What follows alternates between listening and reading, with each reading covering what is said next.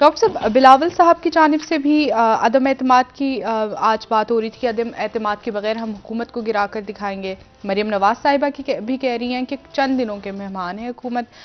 इतना एतमाद, जिस तरह का पुरुमीद हमें ऑपोजिशन नज़र आ रही है, क्या उनके पास वाकई में कोई हिकमत अमली मौजूद है या फिर ये सिर्फ बयानात की हद तक हैं बातें? देखिए, मैं सियासत पे बात करने से पहले थोड़ा सा ज़ाती हवाले से एक बात यहाँ पे कहना चाहूँगा। आज सुबह ये हुआ कि एक सोशल मीडिया अकाउंट, ट्वीट जो है वो मेरे नाम से किसी ने मुझे भेजा।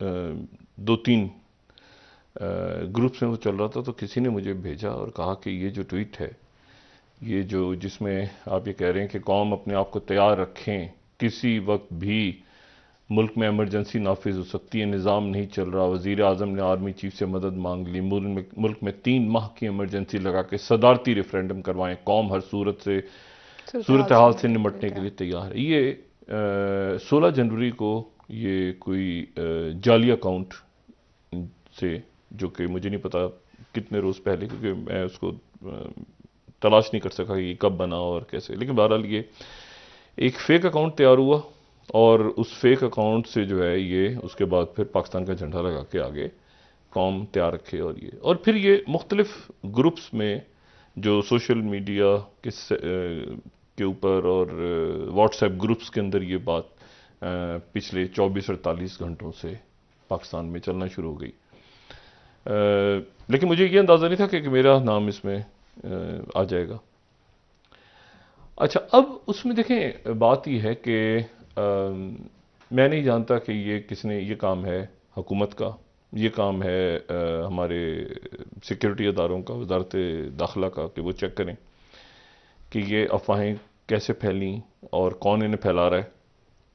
और ये जो हैं ये जाली अकाउंट्स भी हैं और कुछ ऐसी हैं जो जाने पहचाने भी हैं, यानी आप कुछ ऐसे लोग हैं जो इनको जानते भी हैं कि वो वाकई ये इन्हीं का अकाउंट है और वो जो है वो मुख्तलिफ सोशल मीडिया सेल से वाबस्ता। अब वो यहाँ पे ये जनाब एक अफवाह की सूरत की गर्दिश करना शुरू हो गई पूरे पाकिस्तान में भी और पाकिस्तान से बाहर भी, कि कोई इमरजेंसी लग रही है और हम इस्लामी सदारती निज़ाम लाएंगे।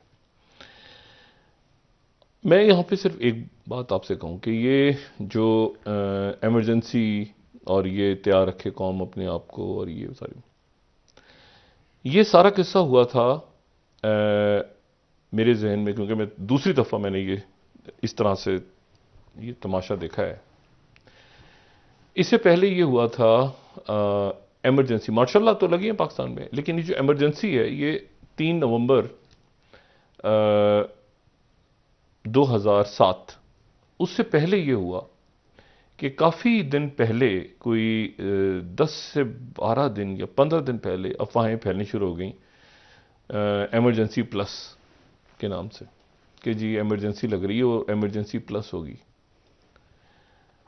और उसमें बाकायदा एक तारीख भी आ गई कि ये इमरजेंसी प्लस जो है ये कोई 29 तारीख को, 29 मतलब इवन यहाँ तक हो गया कि उसको हमने भी डिस्कस किया कि ये इस्लामाबाद के अंदर ये अफवाहें चल रही हैं कि इमरजेंसी प्लस का उसको नाम दिया जा रहा है। खैर 29 तारीख गुजर गई और वो इमरजेंसी प्लस नहीं लगी। बेनज़ीर भुट्टो साहब उस वक्त हयात थी और नवाज शरीफ साहब जलावतनी में नहीं थे, वापस आ चुके थे उससे पहले, लेकिन ये उसके बाद आए थे गालिबन, आए थे। लेकिन मैं सिर्फ ये बताऊं कि ये हुआ कि यहाँ पर र्यूमर्स फैली और र्यूमर्स फैलने के दौरान वो 29 अक्टूबर की तारीख गुजर गई और इमरजेंसी प्लस। तो बेनज़ीर भुट्टो साहबा और बाकी जो सारे लोग थे, वो खबरें इतनी, अफवाहें इतनी ज़्यादा, और एक तो आप समझें कि इतनी इंफॉर्मेशन सॉलिड थी कि वो जब नहीं हुआ तो हमारे मतलब एक तरह से मजाक उड़ गया कि यार आपने जो है ये तरह की बातें की और कुछ भी नहीं हुआ। मैंने कहा जी अच्छा।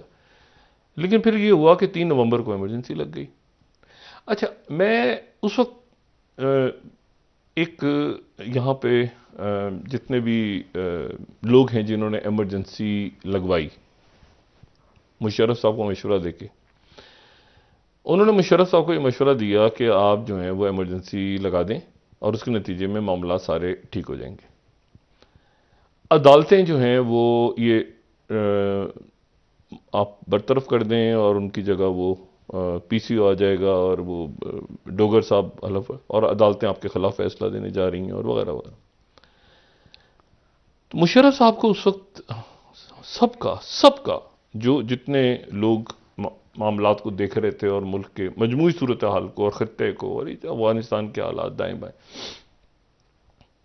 उन सबको ये मशवरा था कि ये फैसला आप ना करें, ये फैसला जो है ये बैकफायर हो जाएगा। लेकिन मुशर्रफ साहब के इर्द गिर्द कुछ ऐसे लोग मौजूद थे जो बाद में अपने ब्रीफ केस उठा के मुझसे निकल गए और उन्होंने मुशर्रफ साहब को उस वक्त ये मशवरा दिया कि जी आप करें फौरन करें वरना आपके खिलाफ जो है ना। और मुशर्रफ साहब ने 3 नवंबर का कदम उठाया और वो उसके बाद जो कुछ हुआ वो हमारे सामने अदालतें और फिर बैकफायर और फिर मुल्क में हंगामे और मुजाहरे और बेनज़ीर भुट्टो साहबा के साथ किसने उनकी शहादत कैसे हुई, क्या हुआ, मुल्क अफरा तफरी की जद में चला गया। उसके बाद सिंध में आप आग लगी पूरे मुल्क पूरा, मतलब एक हिजान जो था, और फिर मुशर्रफ साहब भी उसमें जो है वो इक़्तिदार से अलग हुए। अच्छा, मैं ये बात इसलिए कह रहा हूँ कि मुझे इस बात का यकीन है कि हमारे जो ज़ुमा हैं और हमारे अकाबरीन हैं वो इस किस्म की अफवाहों पे इस वक्त उनकी गहरी नज़र होगी, ठीक है। और ये भी मैं जानता हूँ कि गहरी नज़र होगी या है कि ये अफवाहें जो हैं ये फैलाई जा रही हैं और अफवाहें ये फैलाई जा रही हैं कि मुल्क में इंतशार पैदा हो और इंतशार पैदा हो। और इसमें ये पहले तो मैंने ये देखा कि कहीं इसमें इस्टेब्लिशमेंट, तो हमारी इस्टेब्लिशमेंट की तरफ से तो ये चीज़ें नहीं आ रही। तो मेरे सोर्सेज इस्टेब्लिशमेंट में कहा नहीं, इस्टेब्लिशमेंट की तरफ से नहीं आ रही। तो फिर ये अफवाहें कहां से आई, ये एक सवाल है, ठीक है, कि वज़ीर आज़म जो है वो इमरजेंसी लगाने, ये इमरजेंसी जो है ये पाकिस्तान में तो इमरजेंसी नहीं लगी, हंगामी हालात का निफाज नहीं, वो माशाल्लाह ही आया है। लेकिन मुशर्रफ साहब के वक्त में इमरजेंसी लगी थी और वो उससे पहले भी जब वो आए थे 12 अक्टूबर को भी, तो उसको वो माशाल्लाह नहीं कहते थे, उसको भी वो पीसीओ के तहत हलफ उठाया और सब। लेकिन मैं जो बात कहने जा रहा हूँ वो बात ये है कि देखें, ये इमरजेंसी जो भारत की तीसरी वज़ीर आज़म और वाहिद खातून वज़ीर आज़म, उनके पहले वज़ीर आज़म जवाहरलाल नेहरू की साहबजादी इंदिरा गांधी साहबा जो हैं वो 1966-67 में बन गई थी प्राइम मिनिस्टर, और वो तकरीबन मेरे ख्याल से पहला टेन्योर उनका कोई 10-11 साल का था। और वो टेन्योर जो था उस दौरान उनको शुरू में बहुत मुज़ाहमत हुई कांग्रेस के अंदर से, उनको एक्सेप्ट नहीं किया जा रहा था। फिर उसके बाद उन्होंने आहिस्ता आहिस्ता उस पर काबू पाया और एक बड़ी पॉपुलर ग्रिप उनकी कांग्रेस पे हो गई। सही। मैं मुख्तसर से अल्फाज में, ज़ाहिर है कि एक पूरी हिस्ट्री है, मैं उसमें नहीं जाना चाह रहा, लेकिन सिर्फ मुख्तसर से बताऊं कि वो फिर ये हुआ और उसके बाद वो पॉपुलर हुई। उसके बाद जब ये ईस्ट पाकिस्तान, ये बांग्लादेश वाला उसके बाद वो मजीद उनके अंदर जो है वो एक पावर आ गई। लेकिन उसके बाद ये हुआ कि ईस्ट पाकिस्तान के बांग्लादेश बनने के बाद तकसीम बंगाल भारत के हालात ख़राब होने शुरू हो गए, अंदरूनी हालात। सही।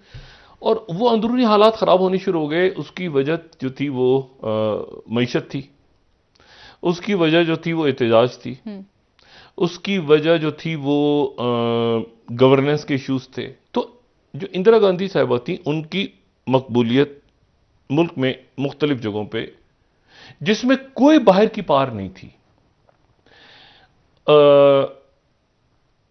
वहां पे हंगामे शुरू हुए गालिबन गुजरात से। सही। और गुजरात के बाद जो है वो फैलते फैलते वो बिहार तक आ गए। जॉर्ज फर्नांडिस वहां पे और फिर उसके बाद जो है वो राज नारायण एक साहब थे जिनको 71 के इलेक्शंस में शिकस्त हो गई थी, तो उन्होंने अपनी पिटीशन जो है वो डाली हुई थी इलाहाबाद की हाई कोर्ट में। सही।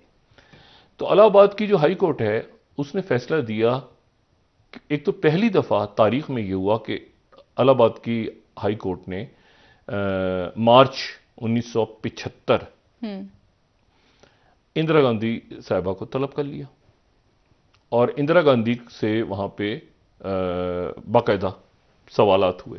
अच्छा। और सवालात हुए कि करप्शन और फ्रॉड और इलेक्शन कैंपेनिंग। तो इंदिरा गांधी अदालत के अंदर खड़ी हुई जवाब दे रही हैं और फिर फैसला जो था इलाहाबाद हाई कोर्ट का वो इंदिरा गांधी के खिलाफ आ गया। अच्छा।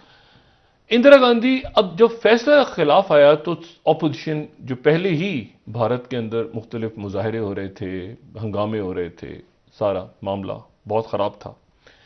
तो इंदिरा गांधी जो है इस तमाम मामले को और अपोजिशन को और उन्होंने मुतालबा किया रिजाइन दें, आपके ऊपर तो अदालत का फैसला आ गया कि आपने करप्शन की है और ये सारे लोग जो थे वो कांग्रेस से टूटने शुरू हो गए और उनके एमपीज बगावत कर गए और बड़ा मसला खराब हो गया।